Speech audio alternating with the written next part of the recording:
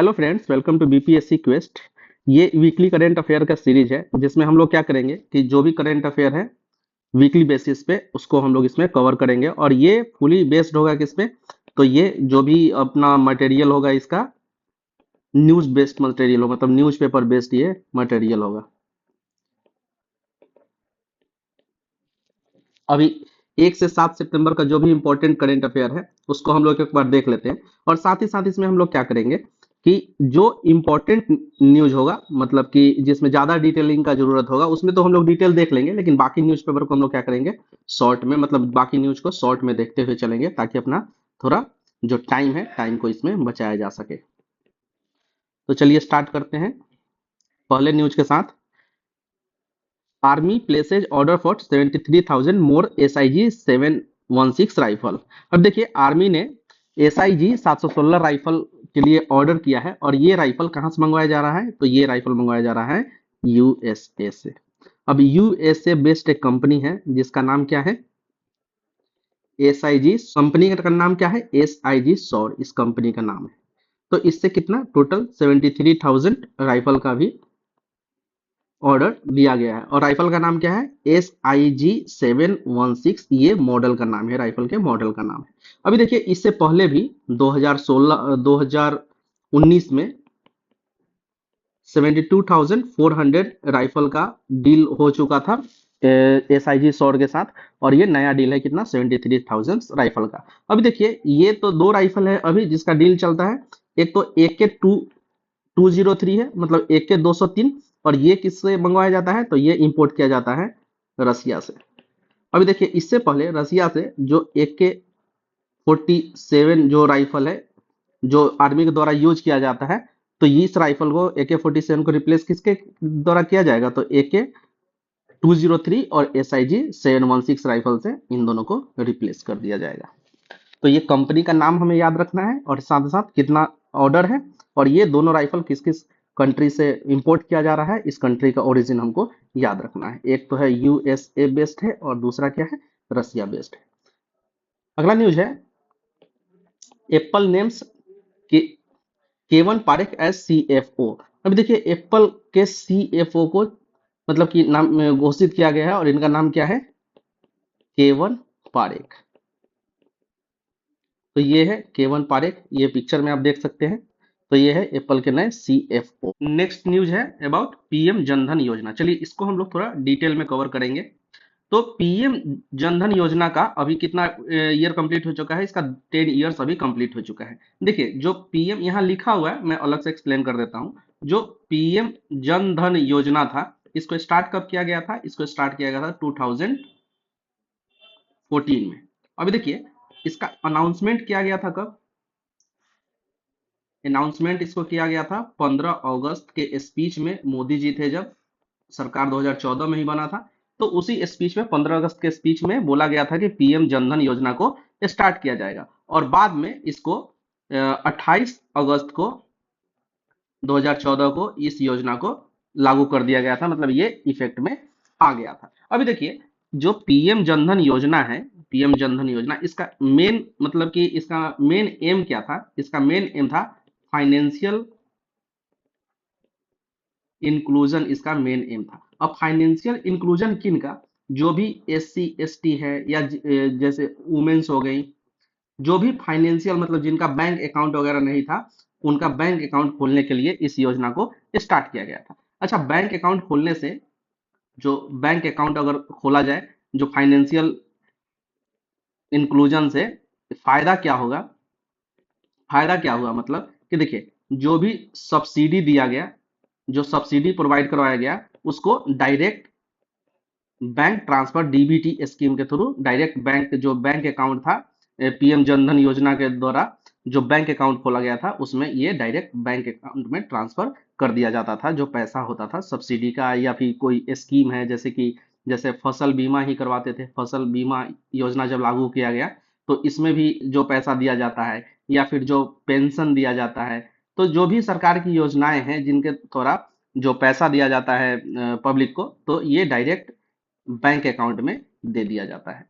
तो ये फायदा था पीएम जनधन योजना का। Major feature of the scheme, मतलब major feature of PM Jan Dhan Yojana. तो देखिए इस योजना में क्या था कि कोई भी अकाउंट ओपनिंग चार्ज नहीं लगता था, नो अकाउंट ओपनिंग चार्जेज। इसके अलावा मेंटेनेंस चार्ज भी नहीं लगता था। और साथ ही में साथ जो मिनिमम एक बैलेंस मेंटेन करना होता है किसी भी अकाउंट को ऑपरेट करने के लिए, ताकि उसमें जो पेनाल्टी ना लगे, वो भी इसमें एग्जाम्पशन था इसके लिए, मतलब कि नो मिनिमम बैलेंस लिमिट था इसमें। और इसके साथ साथ रुपे डेबिट कार्ड एक दिया जाता था, वो भी था मेंटेनेंस फ्री। 2 लाख तक का जो कवर था, इंश्योरेंस कवर प्रोवाइड करवाया जाता था। और इसके साथ साथ ओवरड्राफ्ट फैसिलिटी था, कितने का, 10,000 रुपया का ओवरड्राफ्ट फैसिलिटी प्रोवाइड करवाया जाता था पीएम जनधन योजना में। तो ये था कुछ फीचर पीएम जनधन योजना का। अच्छा देखिए, पीएम जनधन योजना चालू करने के बाद में हुआ क्या कि जो रूरल एरिया था, यहाँ आप लोग देख सकते हैं कि जो रूरल एरिया था उसमें 99.9% बैंक अकाउंट, मतलब कि लोगों के पास बैंक अकाउंट आ गया था। बैंकिंग फैसिलिटी को एक्सेस करना स्टार्ट कर दिया गया था 99% लोगों के द्वारा, कहाँ के, जो रूरल बेस्ड जो लोग थे, विलेजर्स थे, उनको। और इसके साथ साथ हर 5 किलोमीटर के रेडियस में बैंक और एटीएम जैसा सुविधा प्रोवाइड करवाया गया इस योजना के आने के बाद। अभी देखिए, अब इस योजना में जो इम्पोर्टेंट टारगेट्स है, जो क्या क्या अचीव किया है योजना ने, अचीवमेंट ऑफ दिस योजना हम लोग एक बार देख लेते हैं। जैसे कि यहाँ देखिए, जो टोटल अकाउंट ओपन किया गया है इसमें कितना, 53.13 करोड़ अकाउंट इसमें ओपन किया गया है। और जिसमें से वुमेन्स का जो अकाउंट है 29.56 करोड़, मतलब कि लगभग 30 करोड़ अकाउंट किसका खोला गया, तो ये वुमेन्स के लिए अकाउंट खोला गया। और ये कितना परसेंट बनता है, ये बनता है 55.6%। 55.6 करने का परसेंट बोलने का मतलब क्या हुआ कि जो मेल काउंटर पार्ट है इस योजना में, मेल और फीमेल का अगर हम लोग बात करें तो मेल काउंटर पार्ट का कम है, और फीमेल का इसमें जो पार्टिसिपेशन है वो क्या है, ज्यादा है। तो फाइनेंशियल इंक्लूजन किसका करना था इसमें, मेनली मेनली करना था फीमेल का। साथ ही साथ एससी एसटी और जो भी वंचित लोग थे, मतलब कि जो भी एक्सक्लूडेड थे अभी तक बैंकिंग सेक्टर से, तो उनको इंक्लूड करना था। तो ये अचीवमेंट लगभग लगभग इस योजना ने इसको अचीव किया है। तो टोटल अकाउंट कितना है, 53 करोड़, 30 करोड़ वुमेन्स का जो कि 55.6% है। और एक टारगेट फिक्स किया गया है इस बार कि 2025 तक, अगले फाइनेंशियल ईयर के लिए, कि इस योजना में टोटल 3 करोड़ मोर अकाउंट अभी ओपन किया जाएगा। तो टोटल कितना हो जाएगा, 3 करोड़, 53 करोड़ प्लस 3 करोड़, मतलब total 56 crore account will be open up to 2025, means next financial year. तो ये है इस योजना के बारे में जो इम्पोर्टेंट चीज है, ये सब कुछ था। तो इसको हम लोगों को एक बार क्या करना है कि ध्यान में रखना है। और साथ ही साथ इसमें एक मैं टॉपिक एक आपको दे रहा हूँ कि जो आपके ये मेंस में आपके काम आ जाएगा। तो इसको आप एक बार पढ़ लीजिएगा। तो इसमें जो भी डिटेल है इस योजना के बारे में, थोड़ा सा और डिटेल है, जैसे कि इसमें रूरल एरिया में क्या पार्टिसिपेशन था, और जो इसका अर्बन एरिया में, अर्बन में इसका कितना पार्टिसिपेशन था, रूरल में इसका कितना पार्टिसिपेशन था, टोटल इसमें जो जनधन अकाउंट में है उसमें कितना बैलेंस है। तो ये सब कुछ डिटेल है जो कि इस योजना में मतलब कि इस वाले आर्टिकल में दिया हुआ है। इसको एक बार आप लोग टाइम मिले तो पढ़ लीजिएगा। अच्छा, एक जैम ट्रिनिटी होता है, इसके बारे में हम लोग बात कर लेते हैं। देखिए मैं यहीं लिख देता हूँ, जैम ट्रिनिटी। अभी देखिए इसको ट्रिनिटी क्यों बोला गया है, मतलब कि इसमें क्या है कि 3 चीजों को, एक जन धन अकाउंट, दूसरा क्या, ए फॉर आधार, और एम फॉर मोबाइल। अब देखिए ई गवर्नेंस को इस 3 चीजों का यूज करके काफी ज्यादा यूज किया जा रहा है। किस चीज में, ई गवर्नेंस में। मतलब कि जनधन अकाउंट, आधार कार्ड और मोबाइल कार्ड को आपस में इंटरलिंक करके जो भी सब्सिडी वगैरह है या किसी भी योजना में अगर सब सपोर्ट प्रोवाइड करवाना है किसको, पब्लिक को, तो direct to bank account, direct beneficiary transfer के थ्रू ये पहुंचाया जा रहा है। तो ये सब कुछ था पीएम जनधन योजना के बारे में, जो कि हम लोगों को याद रखना है। अगला है मोहल्ला बस trial run in south Delhi. अभी देखिए, जैसे कि अभी क्या हुआ, मोहल्ला बस चलाया गया, कहाँ पे चलाया गया, तो ये दिल्ली में। तो इसको हम लोग कैसे याद रख सकते हैं कि अभी देखिए मोहल्ला क्लिनिक का कॉन्सेप्ट लाया गया था कहाँ पे, दिल्ली में। तो उसी तर्ज पे अभी क्या किया गया, मोहल्ला बस का सुविधा प्रोवाइड करवाया गया कहाँ, दिल्ली में। अभी देखिए मोहल्ला बस क्या है कि जो भी मेट्रो है, तो मेट्रो मेट्रो के आसपास जो भी रेजिडेंशियल एरिया है, तो उसमें डायरेक्ट बस सर्विसेज प्रोवाइड कराया जा रहा है किसके थ्रू, मोहल्ला बस स्कीम के थ्रू। तो ये नई दिल्ली में स्टार्ट किया गया है, साउथ दिल्ली वाले पोर्शन में।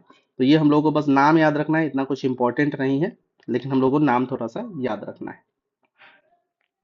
अगला है Himachal Pradesh raises minimum age of marriage for womens. अभी देखिए हिमाचल प्रदेश में मिनिमम एज ऑफ वुमेन्स को अभी इंक्रीज कर दिया गया है। तो कितना इंक्रीज किया गया है, देखिए जो पहले था अर्लियर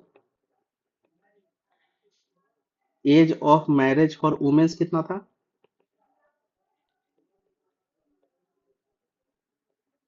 ये था 18 ईयर्स। अब देखिए इसको अभी इंक्रीज करके कितना कर दिया गया, 21 ईयर्स कर दिया गया, जो कि इक्वल किसके है, अभी जो मेल का जो एज ऑफ मैरिज है इसके इक्वल इसको लगभग कर दिया गया है, दोनों को अभी इक्वल कर दिया गया है। और ये किसके द्वारा किया गया, तो ये हिमाचल प्रदेश गवर्नमेंट के द्वारा किया गया।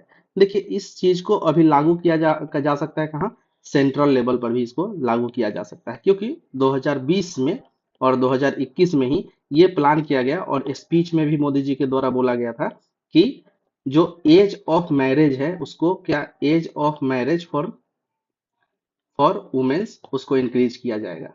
अब देखिए ये इंक्रीज करने से क्या होगा कि जो सोशल ग्रोथ है वुमेन्स का, वो उसको बेहतर बनाया जाए, उसको बेटर बनाया जाए। तो इसके लिए जो मिनिमम एज ऑफ मैरिज है उसको अभी इंक्रीज किया गया है, किसके द्वारा, हिमाचल प्रदेश के गवर्नमेंट के द्वारा।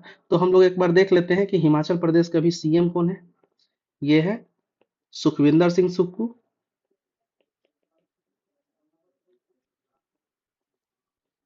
और यहाँ के अभी जो आपके गवर्नर कौन से हैं, गवर्नर है यहाँ के शिव प्रताप शुक्ला, यहाँ के गवर्नर हैं। अच्छा देखिए मिनिमम एज ऑफ मैरिज का भी बात किया जा रहा है, मिनिमम एज ऑफ मैरिज का, तो हिस्ट्री में भी मिनिमम एज ऑफ मैरिज को कई बार इंक्रीज किया गया है। जैसे कि एज ऑफ कंसेंट था एक, इसमें क्या किया गया था कि 14 साल और 18 साल जो एज इंक्रीज किया गया था। साथ ही साथ जो शारदा एक्ट था, इसमें भी एज का बात किया गया था, वो मेल और फीमेल मतलब वुमेन्स और गर्ल्स दोनों के एज ऑफ मैरिज को इंक्रीज किया गया था। तो ये दोनों जो है शारदा एक्ट और जो एज ऑफ कंसेंट एक्ट है, इसको थोड़ा हम लोग अच्छे से देख लेंगे, क्योंकि जो हिस्ट्री वाला पोर्शन है उसमें क्वेश्चन यहाँ से बनाया जा सकता है। तो ये हम इस बार इम्पोर्टेंट होगा हिस्ट्री वाले के लिए भी, हिस्ट्री वाले चैप्टर के लिए भी ये इम्पोर्टेंट होगा, तो इसको एक बार हम लोग देख लेंगे। अगला है Bhatti appointed at new CISF DG. अभी देखिए जो सीआईएफ के डीजी है डायरेक्टर जनरल, उसको अभी नया अपॉइंट किया गया है। इससे पहले का हम लोग एक बार देख लेते हैं। पहले क्या था कि जो सीआईएसएफ प्लस बीएसएफ इन दोनों के जो डीजी थे वो थे दलबीर सिंह चौधरी। अभी देखिए अभी क्या किया गया है, जो सीआईएफ का नया डीजी अपॉइंट किया गया किसको, तो ये किया गया है राजविंदर सिंह भट्टी को। और जो बीएसएफ की अभी कौन सा है, तो ये है दलबीर दलबीर सिंह चौधरी। अभी देखिए ये जो कंबाइंड डीजी इनको बनाया गया था, ये अभी तुरंत का ही न्यूज था, 1 महीने पहले का। तो ये अभी स्प्लिट कर दिया गया है, इसको हम लोगों को याद रखना है। सीआईएफ का नया डीजी कौन है, राजविंदर सिंह भट्टी, और बीएसएफ का नया डीजी दलबीर सिंह चौधरी। अभी इसके बाद में है अगला न्यूज कि how ISRO design the humanoid skull which will be use in Gaganyaan. अभी देखिए गगनयान मिशन इंडिया के द्वारा लॉन्च किया, मतलब टारगेट है कि कब लॉन्च किया जाएगा, 2025 में इसको लॉन्च किया जाएगा। तो गगनयान को ट्रायल मतलब कि इसमें क्या मिशन में क्या है, गगनयान मिशन में, कि स्पेस में ह्यूमन को भेजना है, स्पेस मिशन फॉर ह्यूमन।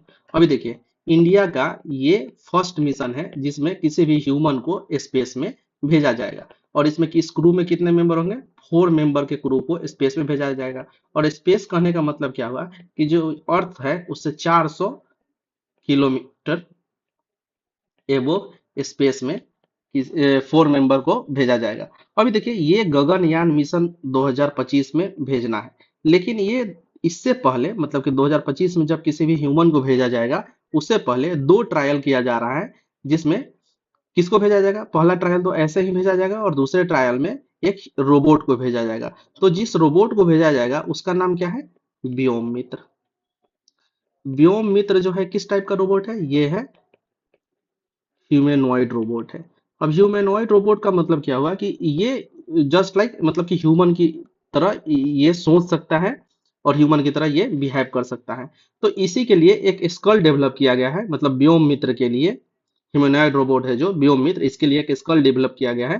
तो इसको डेवलप किसने किया है, इसको डेवलप किया है इसरो ने। अच्छा, हम लोग को इसमें याद क्या रखना है कि जो स्कल है, ये देखिए, ये जो स्कल है, इस स्कल को किस मटेरियल से बनाया गया है। तो इसमें मटेरियल क्या होगा, इसको हम लोग को याद रखना है। तो एक बार हम लोग देख लेते हैं मटेरियल। मटेरियल इसमें होगा silicon plus aluminium plus magnesium से मिलाकर इस स्कल को बनाया गया है। अभी देखिए, ये जो स्कल है, ये ये जो स्कल है, सिलिकॉन एल्युमिनियम और मैग्नीशियम को मिला के बनाया गया है। इसी को क्या नाम दिया गया है, सिलिकॉन एल्युमिनियम 10 mg। अगर भी कहीं लिखा हो तो इसको आप लोग टिक कर देंगे। अभी देखिए, इसको बनाने के लिए जिस टेक्नोलॉजी का यूज किया गया है उसको बोलते हैं हम लोग एडिटिव मैन्युफैक्चरिंग टेक्निक। तो इतना यहां से हम लोगों को याद रखना है। तो ये है ह्यूमनॉइड स्कल के बारे में, जो कि यूज किया जाएगा किसमें, गगनयान में। और उस रोबोट का नाम क्या होगा, जो ह्यूमनॉइड रोबोट है उसका नाम है क्या, व्योम मित्र। यहाँ आप लोग देख सकते हैं।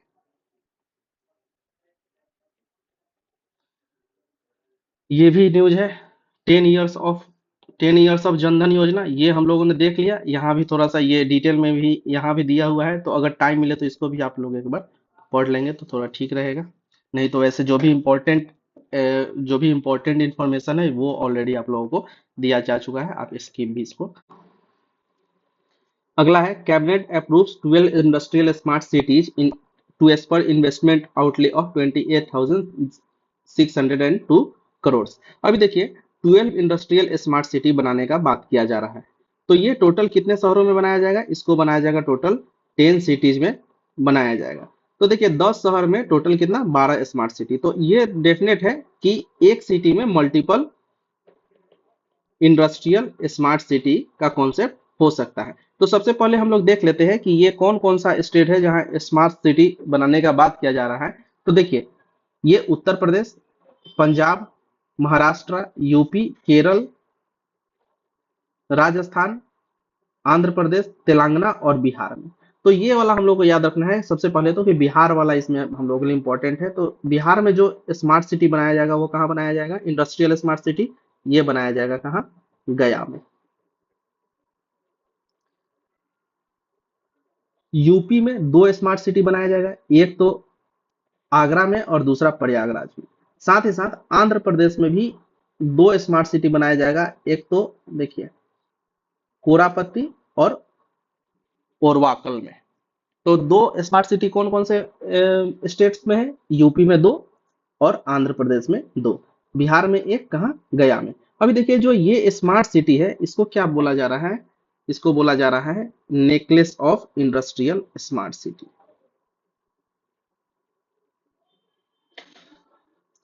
ये प्रोजेक्ट कितने का है टोटल, 20 नेट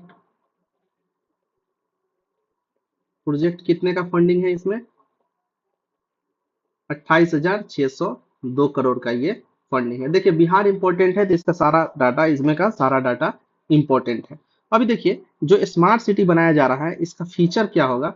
जैसे देखिए इसमें मेनली तीन चार फीचर है। सबसे पहले तो इसमें 24 आवर का इलेक्ट्रिक सप्लाई किया जाएगा स्मार्ट सिटी में। साथ ही साथ फास्ट लैंड एक्विजिशन किया जाएगा, मतलब कि इंडस्ट्री बनाने के लिए जो लैंड एरिया का रिक्वायरमेंट होता है, तो अगर इस इन ये जो स्मार्ट सिटी का जो एरिया होगा इसमें जो भी लैंड एक्वाइजेशन का काम होगा वो बहुत ही जल्दी करवाया जाएगा। साथ ही साथ plug and play infrastructure provide करवाया जाएगा स्मार्ट सिटी में। अब देखिए यहाँ इंपॉर्टेंट है कि प्लग एंड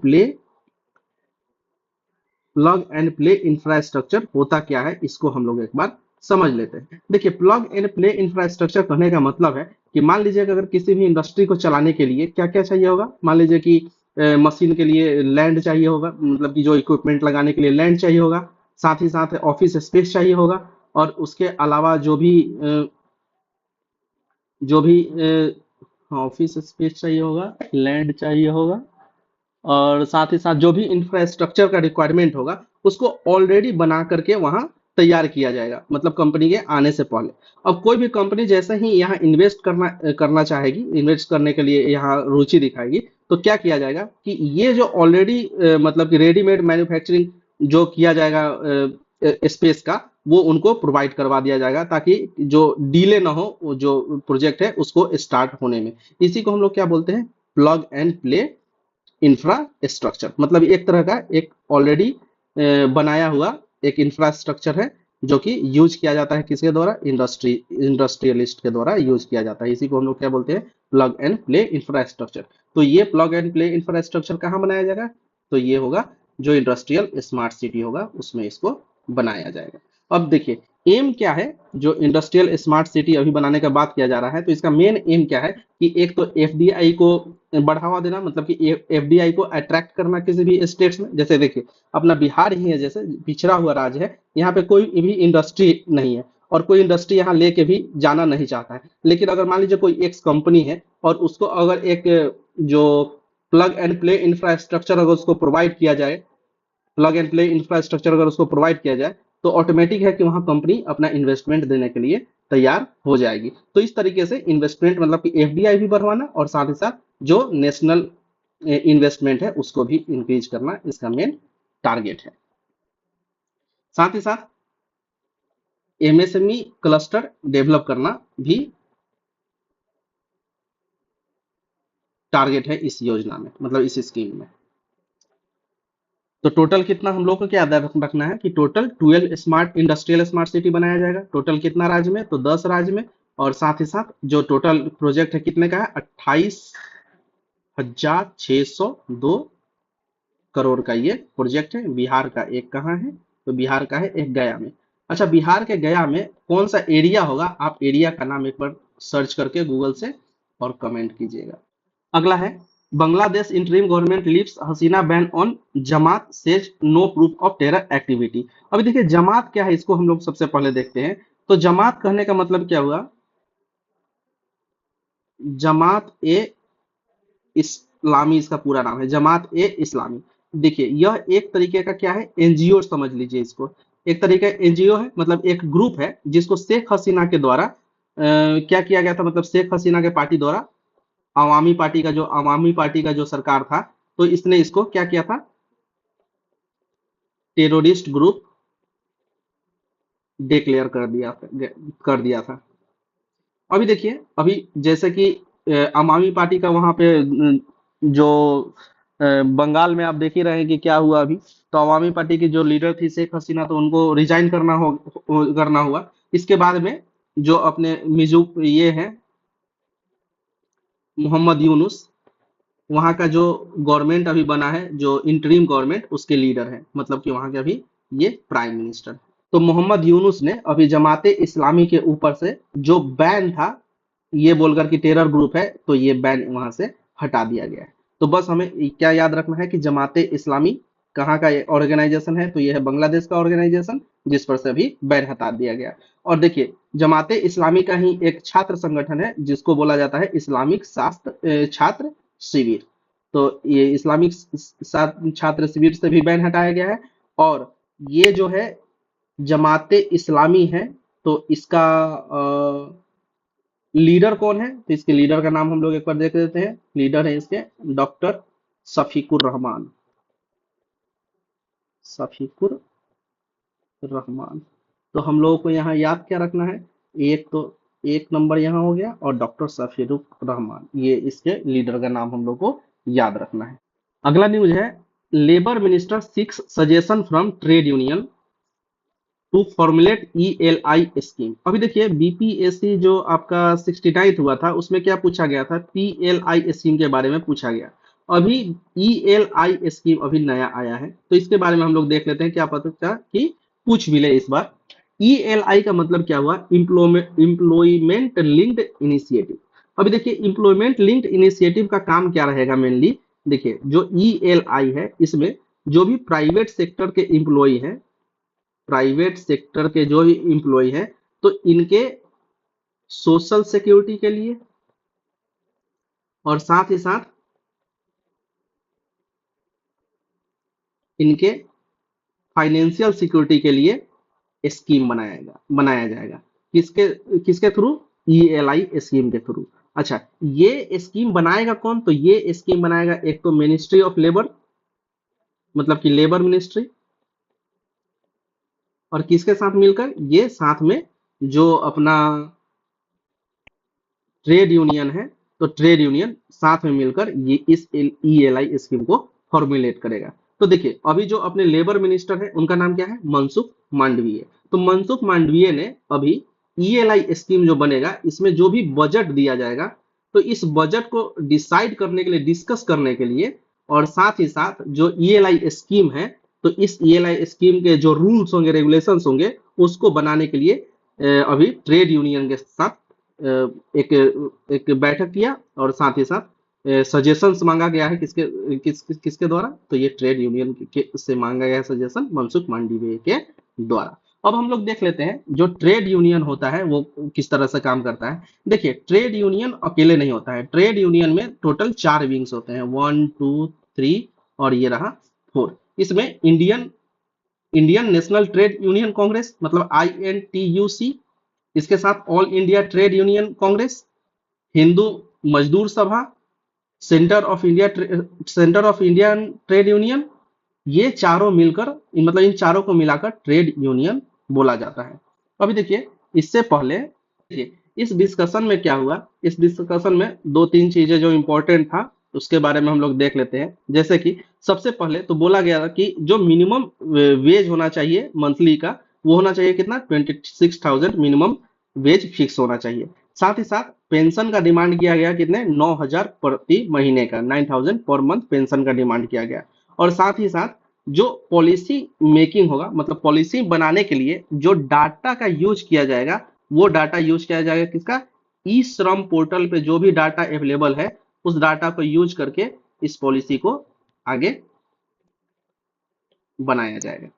तो ये 3 इंपॉर्टेंट पॉइंट है। सबसे पहले तो 26,000 रुपया पर मंथ सैलरी, 9,000 रुपए का पेंशन पर महीने का, और साथ ही साथ ई श्रम पोर्टल के डाटा को यूज करके जो भी अनऑर्गेनाइज्ड लेबर है उनके लिए स्कीम बनाने का बात किया गया है। तो हम लोग को याद क्या रखना है, एक तो ट्रेड यूनियन के चारों विंग का क्या नाम है, साथ ही साथ ईएलआई स्कीम का मेन टारगेट क्या है, और इसमें जो भी डिमांड हुआ है इस डिमांड को हम लोग को याद रखना है। ई श्रम पोर्टल का डाटा के बारे में भी हम लोग को थोड़ा सा ध्यान में रखना है। अभी देखिए एक बाइलेटरल एग्रीमेंट साइन हुआ है किसके बीच में, तो ये ईयू और ब्रिटेन के बीच में एक बाइलेटरल एग्रीमेंट साइन हुआ है, जिसमें ट्रेड के साथ साथ सिक्योरिटी मतलब कि डिफेंस के लिए भी ये बाइलेटरल ट्रीटी साइन किया गया है। अभी देखिए यूयू मतलब कि ईयू का कौन सा है कंट्री, जो जर्मनी है, तो ये जर्मनी प्लस, और कंट्री वाइज पूछे तो जर्मनी और यूके के बीच में ये बाइलेटरल ट्रीटी को साइन किया गया है। अगला न्यूज है, सबमरीन और Arighaat set to add ballast nuclear triads. अभी देखिए अरिघात जो है ये एक सबमरीन है, और किस टाइप का सबमरीन है, ये न्यूक्लियर कैपेबल सबमरीन है। इसको अभी इंडियन नेवी में भी शामिल किया गया है। तो देखिए, ये जो सबमरीन है, टोटल 4 सबमरीन बना था, तो उसी में से एक कौन सा है, ये अरीघात सबमरीन, अरीघात। तो इसको हम लोगों को थोड़ा सा इसका बस नाम याद रखना है, और इसमें कुछ विशेष है नहीं। अगला न्यूज है, last Vistara flight November 11 as merger with AI clears final hurdle. अभी देखिए क्या हुआ कि जो अपना एयर विस्तारा है को मर्ज कर दिया गया है, किसमें, मर्ज टू एयर इंडिया। और ये मर्जर इफेक्टिव कब से होगा, ये मर्जर इफेक्टिव होगा आपका 11 नवंबर के बाद से, 11 नवंबर 2024 से। तो सीधा क्या है, क्वेश्चन क्या है कि एयर इंडिया को, मतलब कि एयर विस्तारा को अभी किस में, मतलब विस्तारा को अभी किस में मर्ज किया गया है, तो ये मर्ज किया गया है एयर इंडिया के साथ। ये हम लोगों को याद रखना।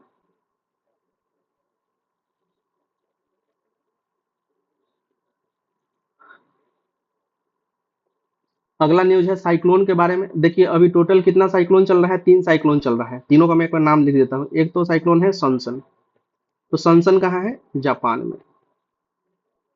आसना कहाँ है, आसना है इंडिया में। और इंडिया में भी कहाँ, तो ये गुजरात वाले जो कोस्ट है, गुजरात वाला जो कोस्ट है वहां पे, मतलब कि अरेबियन सी में।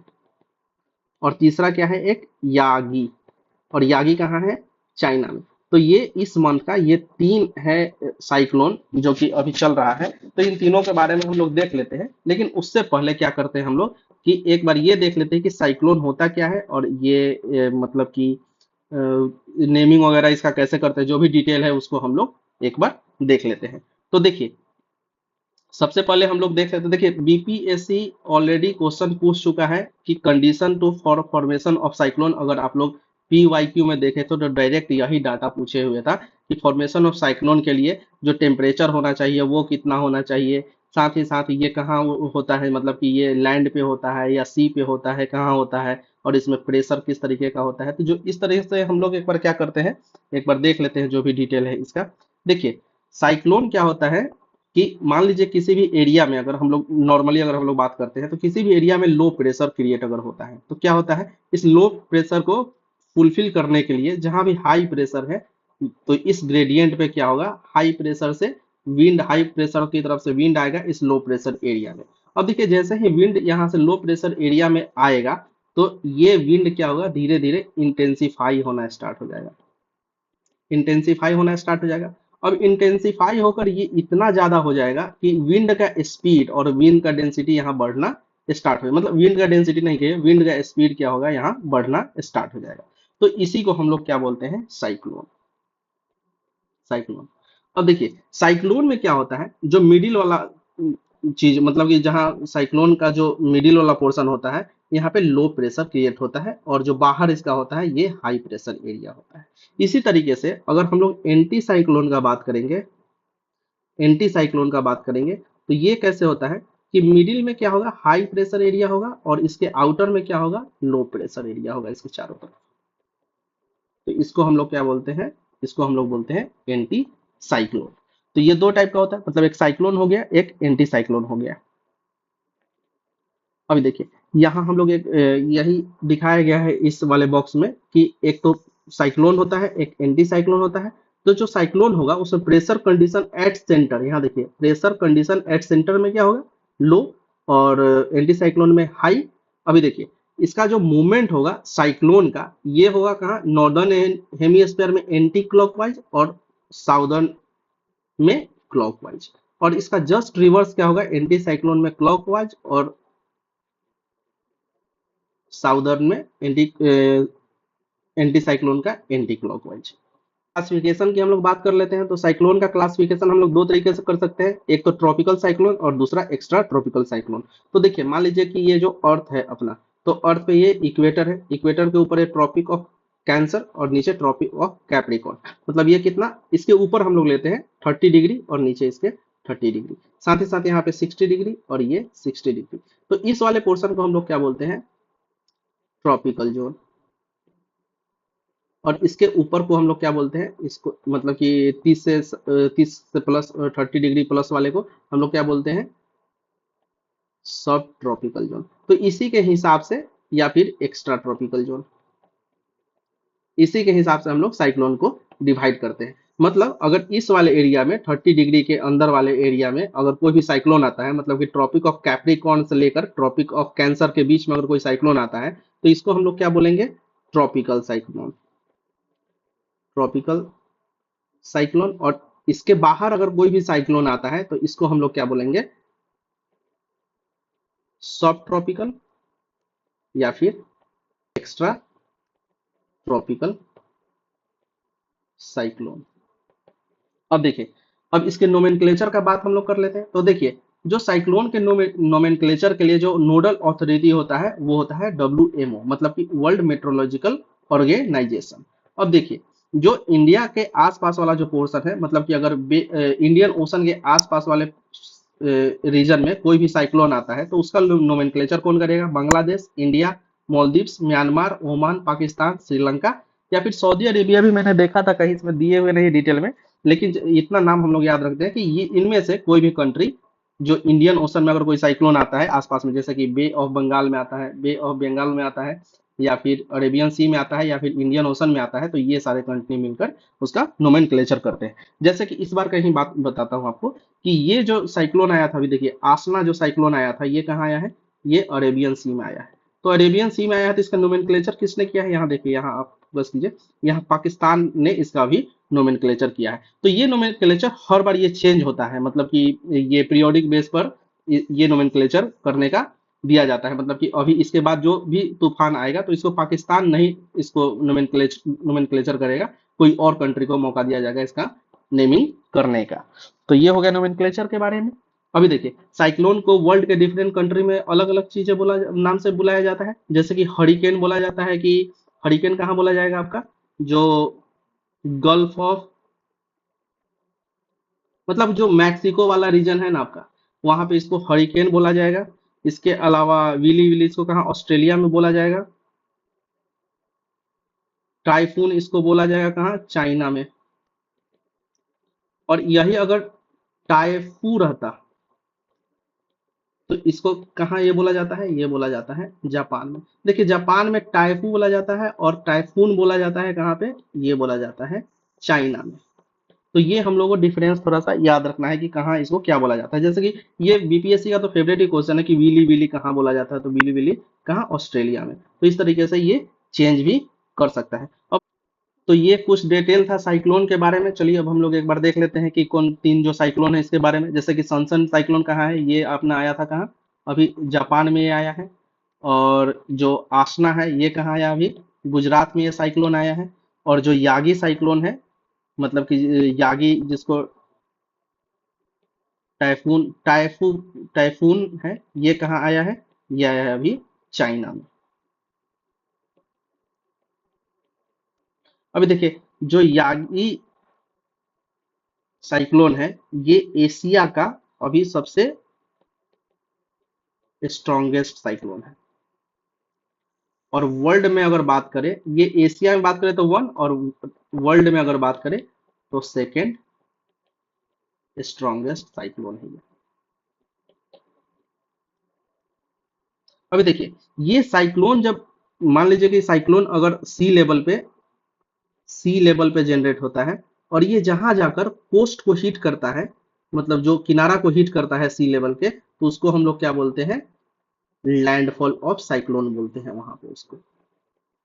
तो जो अपना यागी, जैसे कि यागी, ये आसना साइक्लोन ही अभी आया था अपना, तो आसना साइक्लोन का लैंडफॉल कहाँ हुआ था? तो ये हुआ था कहाँ? गुजरात में, मतलब गुजरात वाले कोस्ट पे। तो ये लैंडफॉल क्या होता है, ये हम लोगों को थोड़ा सा ध्यान रखना है। इसी तरीके से देखिए, कोई भी साइक्लोन अपना इक्वेटर पे नहीं आता है। इक्वेटर पे नहीं क्यों आता है? क्योंकि यहाँ जो एयर है इंटेंसिफाई नहीं हो पाता है इक्वेटर पे। तो कोई भी साइक्लोन आपका इक्वेटर पे कभी भी नहीं आएगा, कोई इक्वेटर के ऊपर नहीं तो इक्वेटर के नीचे, और फिर उसी हिसाब से उसका नेमिंग ही हम लोग करते हैं।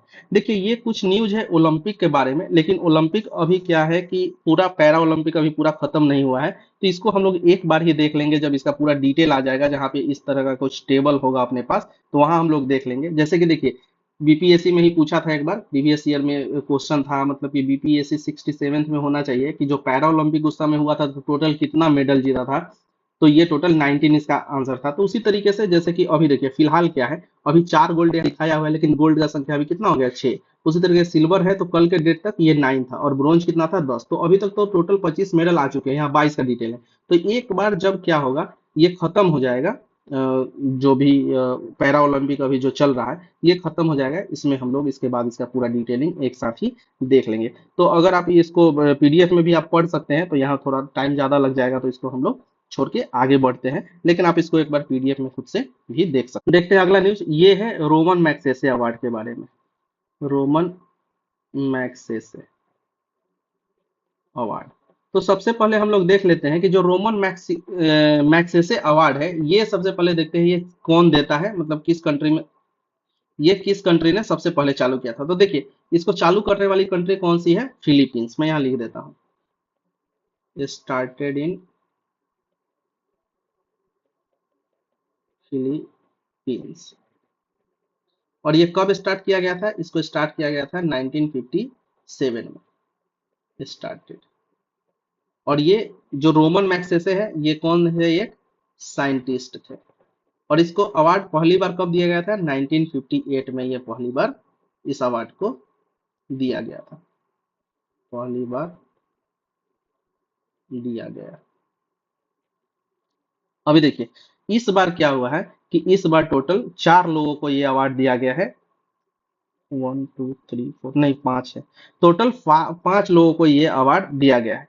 तो इसमें सबसे पहले हम लोग देख लेते हैं, इसमें एक वियतनाम की एक डॉक्टर है जिनका क्या नाम है, गुएन थी गॉक फुंग।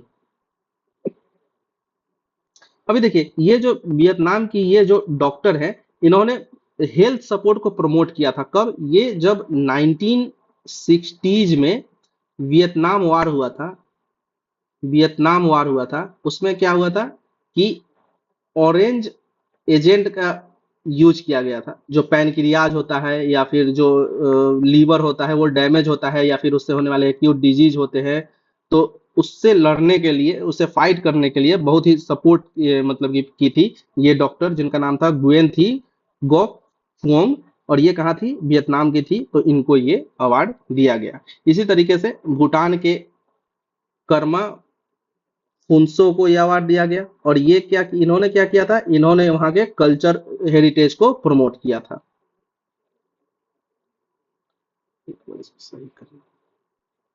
कल्चर हेरिटेज को इन्होंने प्रमोट किया था।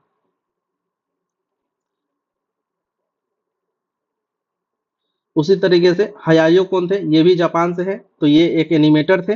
और साथ ही साथ रूरल डॉक्टर मूवमेंट, एक थाईलैंड में भी एक रूरल एरियाज में मतलब कि हेल्थ सपोर्ट प्रोवाइड करवाने के लिए रूरल डॉक्टर्स का टीम था, तो इस टीम को भी एक अवार्ड दिया गया है, रोमन मैग्सेसे अवार्ड। तो ये इसको क्या बोला गया है, रूरल डॉक्टर्स मूवमेंट अवार्ड। साथ ही साथ इंडोनेशिया की परवीजा फरहान को यह अवार्ड दिया गया, और ये इन्वायरमेंटल डिफेंडर। तो हम लोग इसमें नेक्स्ट देख लेते हैं। तो सबसे पहले हम लोग समझते हैं कि क्या, कि एजेंट ऑरेंज क्या होता है। देखिए एजेंट ऑरेंज एक तरीके का क्या है, ये एक तरीके का केमिकल है। अब ये केमिकल किस तरीके का है, इसमें जो वीडीसाइड सब होता है, या फिर जो भी हर्बिसाइड्स होता है, हर्बिसाइड्स वगैरह, तो इनको मिक्स करके एक केमिकल बनाया जाता है। और इस केमिकल का यूज किसके लिए किया जाता था, वियतनाम वॉर में। इसको जो भी क्रॉप्स हैं या जो भी फॉरेस्ट वगैरह है, उनको खराब करने के लिए, मतलब कि इस वीडीसाइड या हर्बिसाइड का यूज किया जाता है था बहुत ही लार्ज क्वांटिटी में। अब देखिए ये जो वीडीसाइड है, इसमें 2,4-D और 2,4,5-T का यूज किया जाता था। तो ये हम लोगों को एक बार ध्यान में रखना है। अच्छा देखिए इसके ओवर यूज से नुकसान क्या हुआ, कि जो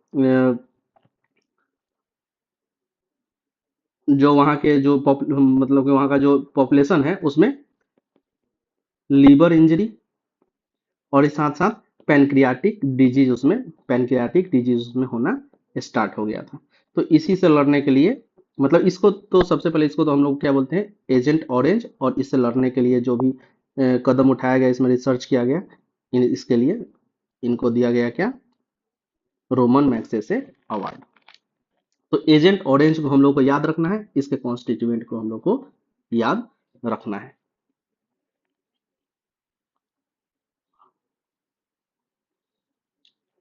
अगला न्यूज है, Canadian visa in hand, record number of Indians illegal enter in USA. अभी देखिए इंडियन इलीगल एंट्री का बात किया जा रहा है, तो देखिए हम लोग सबसे पहले समझते हैं कि देखिए सब कोई कहाँ जाना चाहता है, यूएसए। यूएसए के ऊपर क्या है, कनाडा, और नीचे क्या है, मैक्सिको। मैप पे यही है। तो देखिए जो इलीगल एंट्री होता है, मतलब कि जो इलीगल माइग्रेशन होता है, कहाँ से होता है, एक तो कनाडा जाकर, मतलब कि कनाडा में जो वीजा देने का जो पॉलिसी है वो थोड़ा इजी है। तो लोग क्या करते हैं, कनाडा जाते हैं और कनाडा से यूएस में इलीगली माइग्रेट हो जाते हैं। और साथ ही साथ वैसे ही मैक्सिको के लोग या बाहर के भी लोग मैक्सिको जाते हैं, और मैक्सिको से फिर क्या करते हैं, इलीगली इलीगली माइग्रेट कहाँ होते हैं, यूएसए में। अभी देखिए ये जो कनाडा और यूएसए का बॉर्डर है, ये कितने किलोमीटर का है, ये 9000 किलोमीटर का ओपन बॉर्डर है। और ये किसी भी, मतलब वर्ल्ड में सबसे लार्जेस्ट लॉन्गेस्ट ओपन बॉर्डर है। और ये जो मैक्सिको और यूएसए का जो बॉर्डर है, ये कितने किलोमीटर का है, ये 4500 किलोमीटर का ये बॉर्डर है। तो यहाँ से इलीगल माइग्रेशन होता है, और इस पासेज को हम लोग क्या, इस माइग्रेशन के तरीकों को क्या बोलते हैं, इसको बोला जाता है, यहाँ लिखता हूँ, डंकी पास। एक मूवी भी आया था डंकी पास। तो ये क्या होता है, हम लोगों को थोड़ा सा ध्यान में रखना है। तो इसी के बारे में इसमें बताया गया है। और साथ ही साथ एक चीज और याद रखिएगा, ये जो यूएसए, ये जो है यूएसए और मैक्सिको का जो ये जो बॉर्डर है, यहाँ ये लार्जेस्ट माइग्रेशन कॉरिडोर है वर्ल्ड का। ये मैंने बताया था आपको कब, अभी जो अपना मैगजीन वाला, जो विजन आईएएस का मैगजीन वाला आता है, तो उसमें ये सब मैंने डिस्कस किया था, वहां एक बार आप लोग देख लीजिएगा। ये इंपॉर्टेंट है, ये बीपीएससी 70th में आ भी सकता है।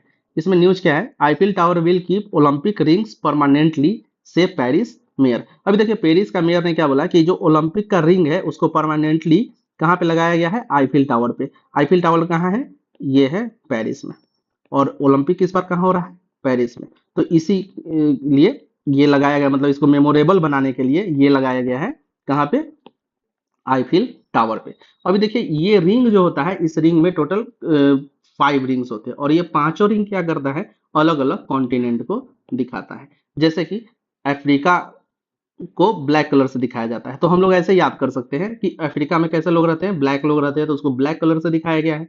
उसी तरीके से रेड इंडियन कहाँ मिलते हैं, नॉर्थ अमेरिका में, तो अमेरिका को रेड कलर से। और एशिया तो हम लोग का खुद का है, तो इसको किस कलर से दिखाया जाता है, इसको दिखाया जाता है येलो कलर से। ओशिनिया मतलब जो ऑस्ट्रेलिया वाला जो पोर्शन है, ऑस्ट्रेलिया के बाहर मेलिनेशिया हो गया आपका, ओसेनिया हो गया, और क्या क्या है, 5 टोटल मिला के बनाया गया है, तो इसको दिखाया गया है किसे, ग्रीन कलर से, और यूरोप को ब्लू कलर से। तो कलर तो याद रखना इतना इंपॉर्टेंट नहीं है, लेकिन हम लोग क्या करेंगे कि ये रिंग जो है 5 कॉन्टिनेंट को दिखाता है, ये हम लोग को याद रखना है। और ये जो ओलंपिक का जो रिंग है, ये लगाया कहाँ गया है, ये लगाया गया है आपका आईफिल टावर। ये क्वेश्चन हो सकता है कि बन जाए इस बार, नहीं तो किसी न किसी एग्जाम में देखने को आपको मिलेगा ही मिलेगा ये क्वेश्चन। अगला न्यूज है कि अभी क्या हुआ, जो एक्स है, मतलब कि जो ट्विटर है, ट्विटर को बैन कर दिया गया। कहाँ पे बैन किया गया, तो ये बैन किया गया है ब्राजील में। अभी देखिए ब्राजील में इसको बैन क्यों किया गया, क्योंकि यहाँ पे कोई इसका लीगल हेड नहीं था, मतलब कि जो कंट्री में लीगल हेड अनाउंस होता है, तो लीगल हेड अनाउंस नहीं हुआ था। तो इसी को नहीं अनाउंस करने के कारण ट्विटर को बैन कर दिया गया, कहाँ, ब्राजील में। तो एक तो हमको याद रखना है कि बैन किया गया कहाँ, ब्राजील में। और बैन करने में जो जिस चीफ जस्टिस ने बैन किया था, उसका नाम क्या था, Alexander D Morris. Alexander D Morris ने एक जजमेंट दिया था, जिसमें ट्विटर को बैन कर दिया गया था। तो इनका नाम हम लोगों को क्या करना है, याद रखना है। अलेक्जेंडर डी मॉरिस का नाम हम लोग को याद रखना है, और कंट्री ब्राजील। ये एक बार आप पढ़ लीजिएगा, ऐसे ही ठीक ठाक सा आर्टिकल है। अगला है डी हाइफरनेटिंग राइस एंड व्हीट। देखिए इस पूरे आर्टिकल में क्या है कि जो राइस का प्रोडक्शन है और जो व्हीट का प्रोडक्शन है, राइस का प्रोडक्शन क्या होता है, वर्ल्ड वाइड या इंडिया में भी ज्यादा होता है, और व्हीट का प्रोडक्शन होता है थोड़ा सा कम। तो ये कम और ज्यादा प्रोडक्शन होता है, तो इसका क्या कारण है, इसको इसमें बताया गया है। साथ ही साथ कौन सा स्टेट कितना प्रोडक्शन करता है इसका ये डिटेल इसमें दिया हुआ है। जैसे कि हम लोग एक बार बात करते हैं, जैसे कि देखिए अगर हम लोग बात करें कि राइस का अगर हम लोग बात करें तो किस टाइप का ये फसल है, ये होता है खरीफ फसल। खरीफ फसल। अभी देखिए ये वैसे तो खरीफ फसल होता है, लेकिन इसको कहीं कहीं रबी क्रॉप्स के में भी इसको उगाया जाता है। ये यहाँ लिखा हुआ है, मैं जो भी बता रहा हूँ।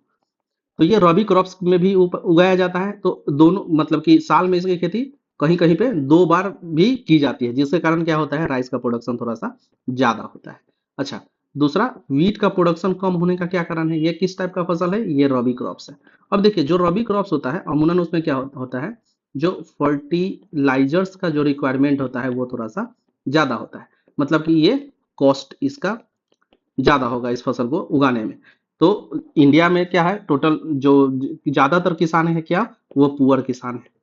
तो ये ज्यादा फर्टिलाइजर वगैरह यूज नहीं कर पाएंगे, जिसके कारण वीट का प्रोडक्शन क्या होगा, वो थोड़ा सा कम होगा। तो स्टेटमेंट में ऐसा क्वेश्चन अगर बना दे तो इसको हम लोग टैकल कर सकते हैं। साथ ही साथ हम लोग क्या देख लेते हैं कि जो टॉप प्रोड्यूसर है राइस का, कहाँ पे, इंडिया में, इसके बारे में हम लोग एक बार देख लेते हैं। तो आप मैप पे एक बार देख लीजिएगा, यहाँ मैं लिख देता हूँ। जैसे कि वेस्ट बंगाल, वेस्ट बंगाल के बाद उत्तर प्रदेश, उत्तर प्रदेश के बाद में आपका हो जाएगा पंजाब, पंजाब के बाद में हो जाएगा तेलंगाना। देखिए 4 डिजिट तक ये याद रखिएगा, क्योंकि यूपी आरओ और एआरओ का जो पेपर होता है उसमें एक बार मतलब कि फोर्थ रैंक तक भी बहुत अच्छे ऑप्शन के साथ सेट कर दिया था। नहीं तो 2 ऑप्शन भी याद अगर हम लोग कर ले तो वहां से भी अपना काम हो जाएगा। अच्छा, इसी तरीके से अगर हम लोग वीट प्रोड्यूसर का बात करें तो देखिए यहाँ जो 2 नंबर पे है, अब 1 नंबर पे आ जाएगा यूपी, यूपी के बाद में एमपी, एमपी के बाद में आपका आ जाएगा, एमपी के बाद में आ जाएगा आपका पंजाब, और पंजाब के बाद में आपका आ जाएगा हरियाणा। तो ये हम लोग यहाँ से देख सकते हैं। अभी देखिए ये वाला आर्टिकल तो ऐसे ही डाला हुआ है, पढ़ने का मन हो तो एक बार पढ़ लीजिए, नहीं तो कोई बात नहीं है। और ये है इंपॉर्टेंट अपने लिए, और new Bengal bill pass for death sentence for rape victims die before vegetative. अभी देखिए बंगाल में एक नया बिल बिल लाया गया, रेप विक्टिम्स मतलब जो भी रेप केसेज है उसके लिए एक नया बिल लाया गया है। और इस बिल का नाम क्या दिया गया है, इसको नाम दिया गया है, यहाँ मैं लिख देता हूँ, अपराजिता, अपराजिता बिल। तो सबसे पहले तो ये नाम ही इंपॉर्टेंट है कि ये कौन सा बिल है, अपराजिता बिल है। अभी देखिए इसमें क्या क्या प्रोसीजर है उसको हम लोग मतलब कि इसमें क्या क्या डिटेलिंग है इसको हम लोग एक बार देख लेते हैं। जैसे कि देखिए जो बिल है इसका नाम है अपराजिता वुमेन्स एंड चाइल्ड बिल। और ये कब लाया गया है, ये 2024 में अभी लाया गया है। जो भी जो कलकत्ता में अभी केस हुआ उस केस के बाद में इस बिल को इंट्रोड्यूस किया गया है। इस बिल में जो है 21 दिन के अंदर जो ट्रायल है 21 दिन के अंदर खत्म करना है। मतलब कि अगर रेप केस होता है तो विक्टिम्स को 21 दिन के अंदर न्याय दिया जाएगा। और अगर ऐसा नहीं होता है तो max to max 15 day extend करके इस केस को क्लोज करना होगा। मतलब कि इसमें जो जस्टिस है उसको सर्व करना होगा। तो टोटल 21 प्लस 15 डेज के अंदर जस्टिस मिलना ही चाहिए, ऐसा इस बिल में बोला गया है, अपराजिता बिल में। अच्छा, इसके अलावा जो रेप केसेज होंगे वो सेक्शन, देखिए सेक्शन 192 के थ्रू 192 के थ्रू उसको रजिस्टर किया जाएगा, बीएनएसएस के सेक्शन 192 के थ्रू। तो हम लोग को ये तो नहीं याद रखना है, लेकिन ये डेफिनेटली याद रखना है, 1 नंबर वाला कि इसका नाम क्या है, और ये 3 नंबर वाला कि बिल में जो है कितने दिन का ये टाइम पीरियड दिया जा रहा है, 21 प्लस 15 डेज वाला जो डिटेल है इसको हम लोगों को ध्यान में रखना है।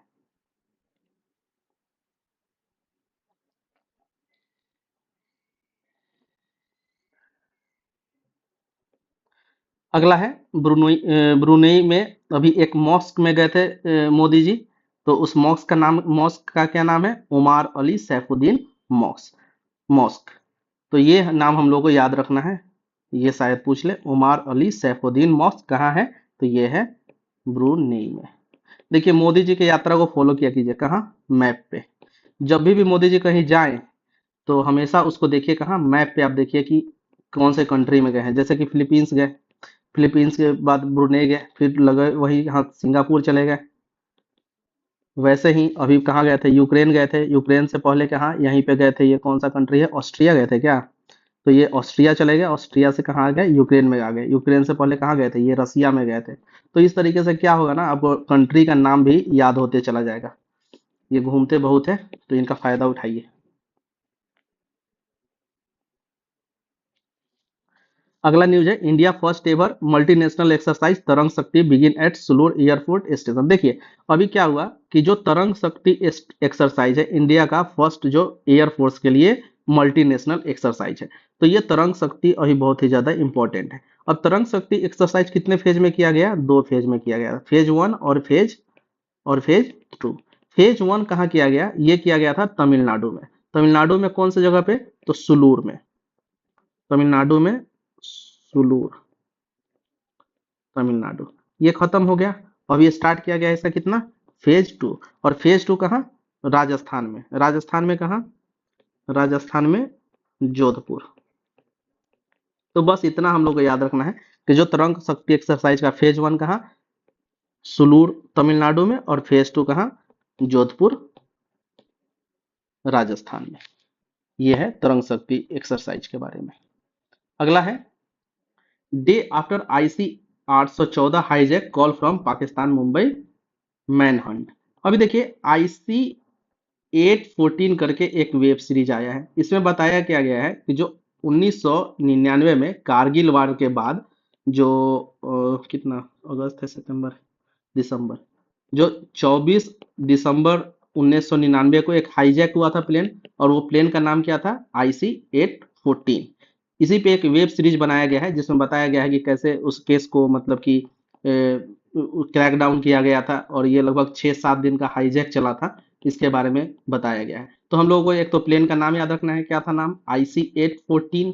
और इसको हाईजैक किसने किया था, तो जैसे मोहम्मद ने इसको हाईजैक किया था। मतलब हाईजैक का जो वो लेते नहीं है कि हमने हाईजैक किया है, तो वो किसने किया था, जैसे मोहम्मद ने। ये दो चीज हम लोगों को यहाँ से याद रखना है।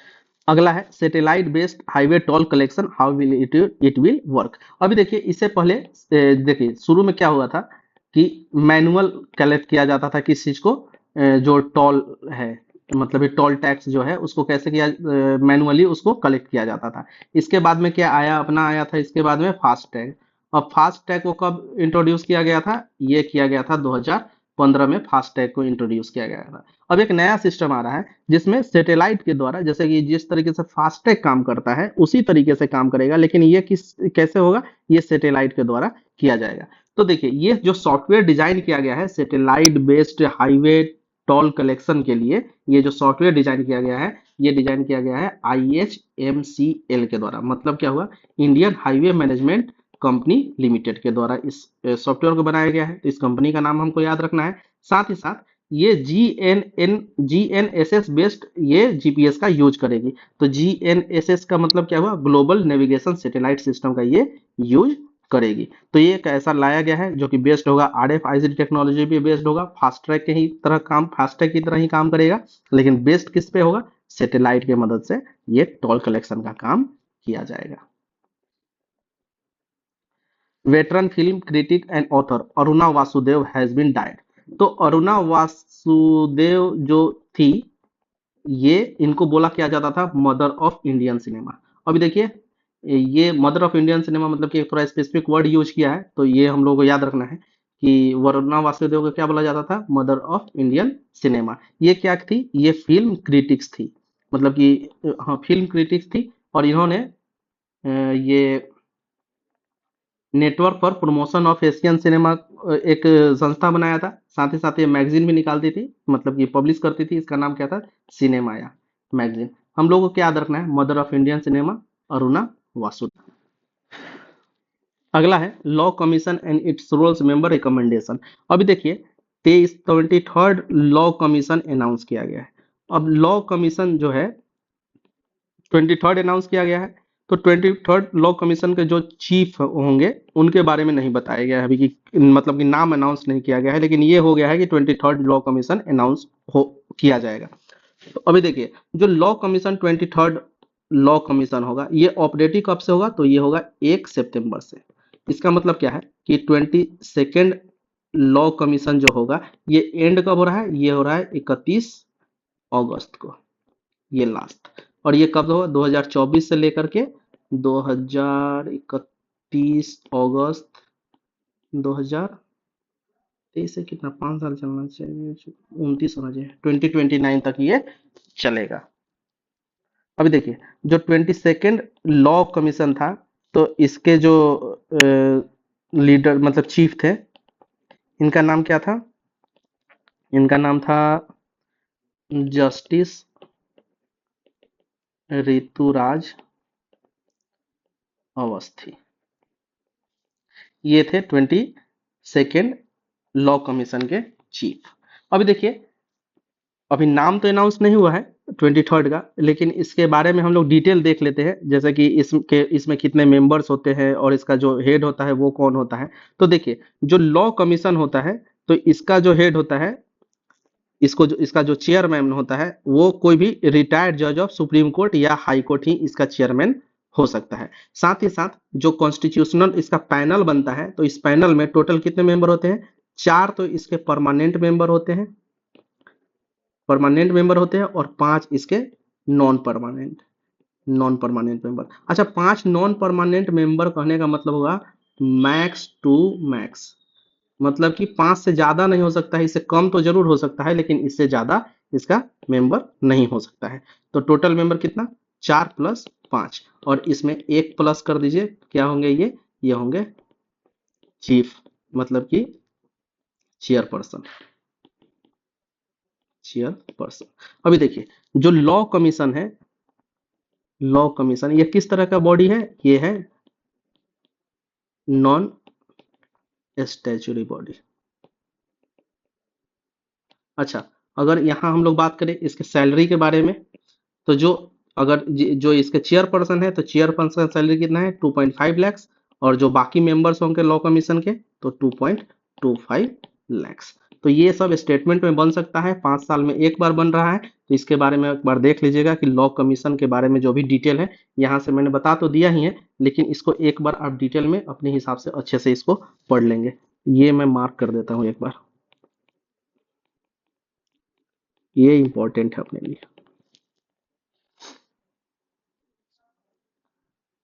अगला है what is the significance of first global legal binding pact of use of AI. अभी देखिए एक पैक्ट साइन किया गया है यूज ऑफ एआई का, मतलब यूज किस टाइप का, सेफ यूज ऑफ एआई के लिए एक पैक्ट साइन किया गया है, किसके किसके बीच में, यूएस, यूके और यूरोपियन यूनियन के बीच में। तो हम लोग को बस इतना याद रखना है कि यूएस, यूके और यूरोपियन यूनियन ने एक पैक्ट साइन किया किस चीज के लिए, सेफ यूज ऑफ एआई के लिए। इसके अलावा सेफ यूज ऑफ एआई के लिए एक जीपीएआई, जी पे चलता है यूनियन, जिसमें इंडिया भी उसका हिस्सा है।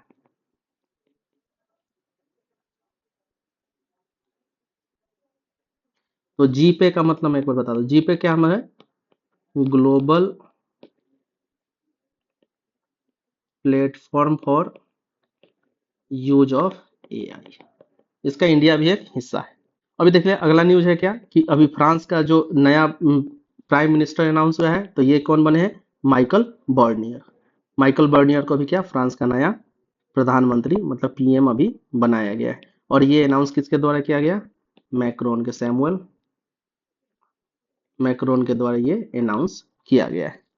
अभी देखिए अगला न्यूज है साइंस से related, why Saturn majestic ring will briefly disappear in March 2025। देखिए एक बार आप इसको आप डिटेल में पढ़िएगा, लेकिन जो इसका जो क्रक्स है मैं बता देता हूं आपको एक बार। अभी क्या होगा कि मार्च 2025 में जो रिंग है सैटर्न का, ये डिसअपियर हो जाएगा। तो ये डिसअपियर होने का कारण क्या है कि देखिए अर्थ भी अपने एक्सिस पे थोड़ा सा टिल्टेड है, और मार्स भी अपने एक्सिस पे, सॉरी सैटर्न भी अपने एक्सिस पे थोड़ा सा टिल्टेड है। अर्थ का कितना टिल्ट हुआ है, 23.5 डिग्री ये है, और उसी तरीके से सैटर्न कितना है, 29.5 डिग्री में ये टिल्टेड है, ये दोनों। ठीक है, तो क्या होगा कि एक ऐसा परिस्थिति बनेगा, मतलब एक ऐसा सिचुएशन बनेगा जिसमें ये टिल्ट होने के कारण, ये दोनों एक दूसरे के एक्सिस पर टिल्ट होने के कारण जो इसका रिंग है वो अर्थ से, मतलब जो अर्थ का सरफेस है यहाँ से दिखना बंद हो जाएगा, ये डिसअपियर नहीं होगा, बस दिखना ये बंद हो जाएगा। तो यही बोला जा रहा है कि ये कब होगा, ये मार्च 2025 में। तो ये यही क्रक्स है इसका, एक बार आप इसको देखना चाहें तो देख सकते हैं। अगला न्यूज है, दिस इज फेमिसाइड और murder reveals Kenya gender biased violence. अभी देखिए ये अच्छा एक आर्टिकल है जिसको जेंडर बायस्ड वायलेंस के लिए आप लोग यूज कर सकते हैं। और वुमेन्स एम्पावरमेंट वगैरह का जहां भी बात आएगा तो आप एस्से का जो पेपर लिखिएगा वहां पे इसको बहुत अच्छे से यूटिलाइज किया जा सकता है, जैसे कि करेंट इंट्रोडक्शन वगैरह देने में, जो ऐसे लिखते हैं तो उसमें इंट्रोडक्शन वगैरह देने में इसको बहुत अच्छे से यूटिलाइज आप कर सकते हैं। तो इसमें क्या हुआ है कि एक रेबेका है, मतलब कि इसका फर्स्ट नेम है, ये क्या है, एक एथलीट है। इसको क्या क्या क्या है, इसको जला दिया गया, बर्न इसको कर दिया, जला दिया गया। और ये कहाँ की है, केनिया की है। और ये ओलंपिक में भी भाग ले चुकी है। तो वैसे ये मेंस के हिसाब से है, तो एक बार आर्टिकल को आप लोग देख लेंगे तो ठीक रहेगा।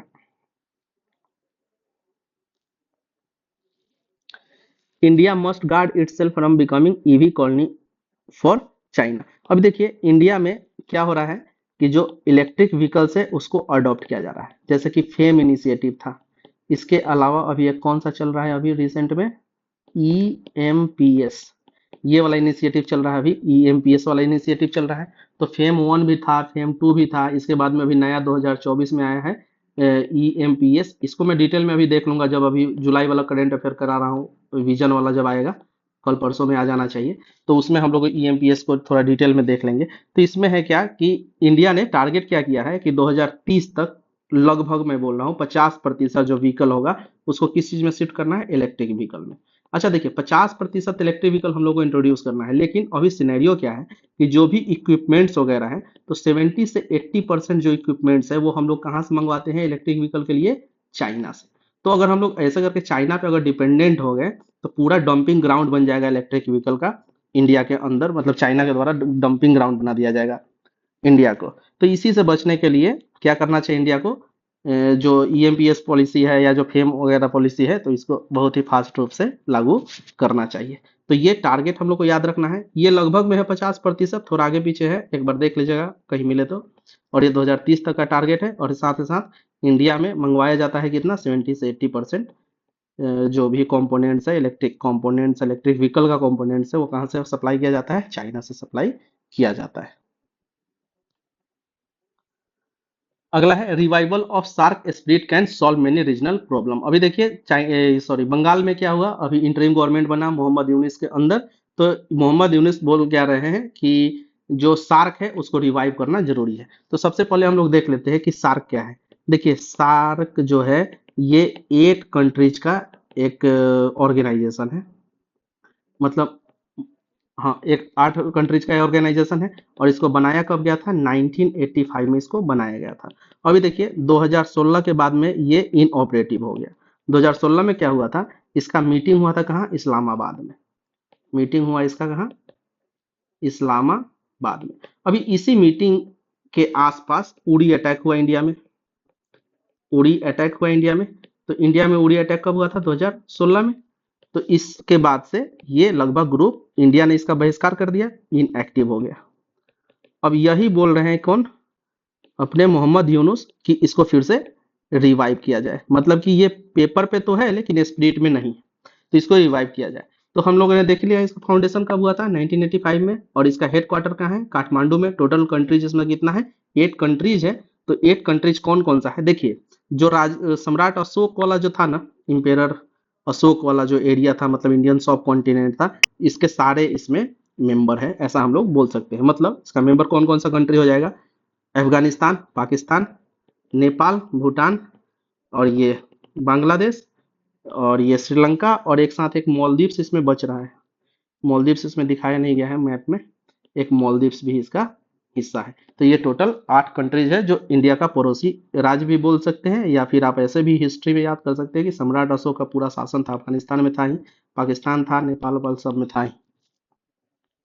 इसको हम लोग याद कर सकते हैं, जो भी इंपॉर्टेंट है सार्क नेशन के बारे में, इसको हम लोग एक बार डिटेल में याद रखेंगे।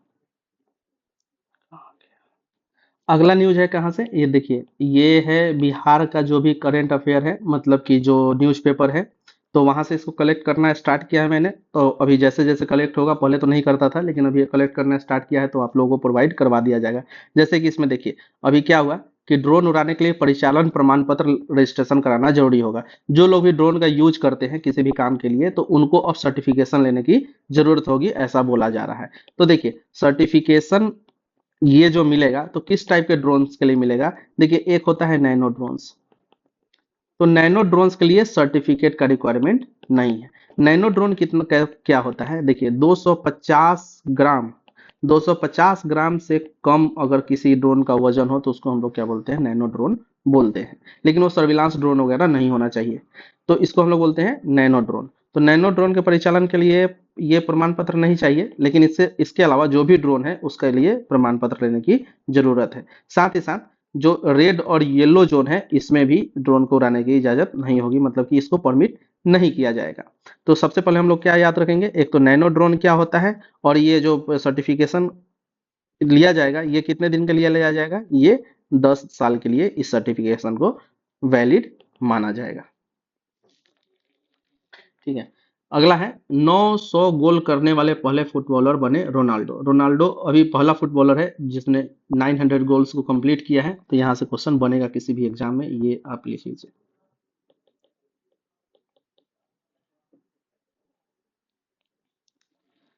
अगला है, times 100 AI, times 100 AI list में टोटल कितना मेंबर को, 15 इंडियंस को अभी शामिल किया गया है, जिसमें से अनिल कपूर, अश्विनी वैष्णव, इसके अलावा सत्य नडेला, सुंदर पिचई, रोहित प्रसाद, ये कुछ इंपॉर्टेंट मेंबर्स हैं। और साथ ही साथ जब लिस्ट आएगा तो मैं आपको ग्रुप पे दे दूंगा।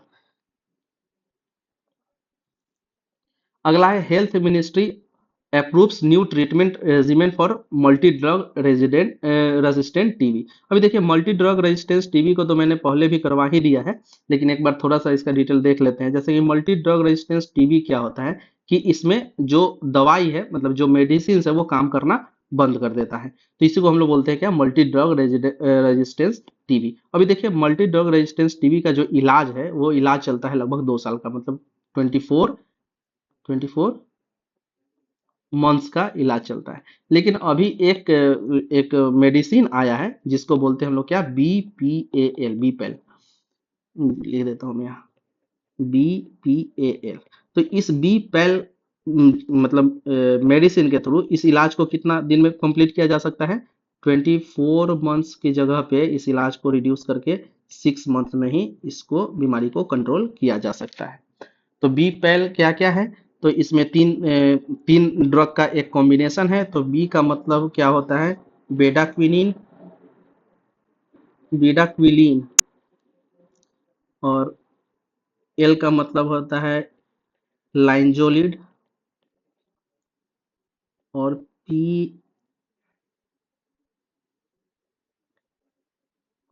पीए का मतलब क्या होता है, प्रेटोमानिड।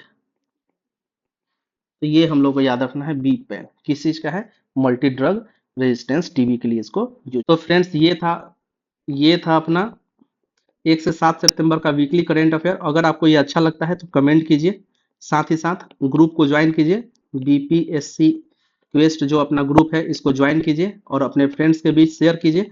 और अब हम लोग क्या करेंगे, जो मैं डेली करेंट अफेयर जो देता था, डेली करेंट अफेयर, उसको हमने बंद कर दिया है। इसके जगह पर क्या करेंगे हम लोग, ये वीकली सीरीज हम लोग चलाएंगे। और अगर आपको ये सीरीज समझ में आता है, इसको चलाना चाहिए, तो कमेंट कीजिए और साथ ही साथ ग्रुप में आइए, वहां हम लोग फिर आगे कुछ बात करेंगे।